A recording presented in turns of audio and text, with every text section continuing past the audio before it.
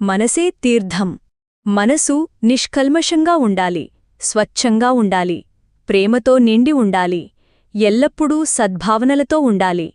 ఇలాంటి స్థితిలో ఉన్న మనసు పవిత్రమైన నదితో సమానం. గంగానది ఇలాంటి నదులలో స్నానం చెయ్యకపోయినా అతడు ఎంతో పుణ్యాన్ని తప్పక పొందుతాడు. శరీరమే క్షేత్రం అనగా పుణ్యక్షేత్రాలలో దేవుళ్ళు లేక దేవతలు కొలువై ఉంటారు. వారిని దర్శిస్తే పుణ్యం వస్తుంది. అక్కడ ఉన్న పుష్కరిణి, సరస్సు, భావీ నదుల్లో స్నానం చేస్తే పాపాలు పోతాయి. అలాగే మన శరీరంలో షట్ చక్రాలు మరియు ముఖంలో సరస్వతి, చేతిలో ఇంద్రుడు, ఇలా అన్ని అవయవాలను దేవుళ్ళు ఆశ్రయించి ఉంటారు. అందుకే మనం పొరపాటున ప్రక్కవాని కాలిని త్రొక్కితే క్షమాపణ కోరి చేతితో కళ్లకు అడ్డుకుంటాము. చేతులతో దానాలు మరియు పూజలు, నోటితో మంచి మాటలు మరియు స్తోత్రాలు పలుకుతాము. ఇలా మన శరీరము నిండా దేవతలు మరియు దేవుళ్ళూ ఉన్నారు. కాబట్టి ప్రతి మనిషి అనేక పుణ్యక్షేత్రాలు ఉన్నవాడే. అందుకే శరీరమే పుణ్యక్షేత్రం అని అంటారు. అంతరాత్మయే గురువు.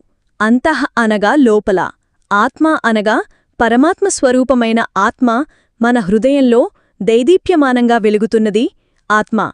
ఇది పరమాత్మ స్వరూపము. మనం మంచి పనులను చేసినప్పుడు సంతృప్తిని, సంతోషాన్ని, ఆనందాన్ని ఇస్తుంది. చెడ్డ పనులను చెయ్యబోతుంటే తప్పని సలహా ఇస్తుంది మరియు వారిస్తుంది. కాని మనం అంతరాత్మ చెప్పే సూచనలను పాటించకుండా చెడ్డ పనులను చేస్తాము. తద్వారా కష్టాల పాలవుతాము. ఎల్లప్పుడూ తాత్కాలిక సుఖాలను కోరుకునే మనసు మాటను వినడం వలన అనేక కష్టనష్టాలు వస్తాయి.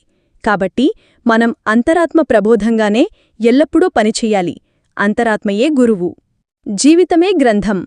ప్రతి మనిషి తన జీవితంలో ప్రతిరోజూ చాలా పనులను చేస్తుంటాడు. చుట్టుప్రక్కల వాళ్లు చేస్తున్న పనులను కూడా చూస్తుంటాడు. మరియు దూర ప్రదేశాలలో ఉన్న జనాలు చేసే రకరకాల పనులను వింటుంటాడు. అలాగే గతకాలంలో చాలామంది చేసిన మంచి చెడు పనులను గురించి పుస్తకాల ద్వారానో ఎవరో చెప్పడం వలన వింటాడు.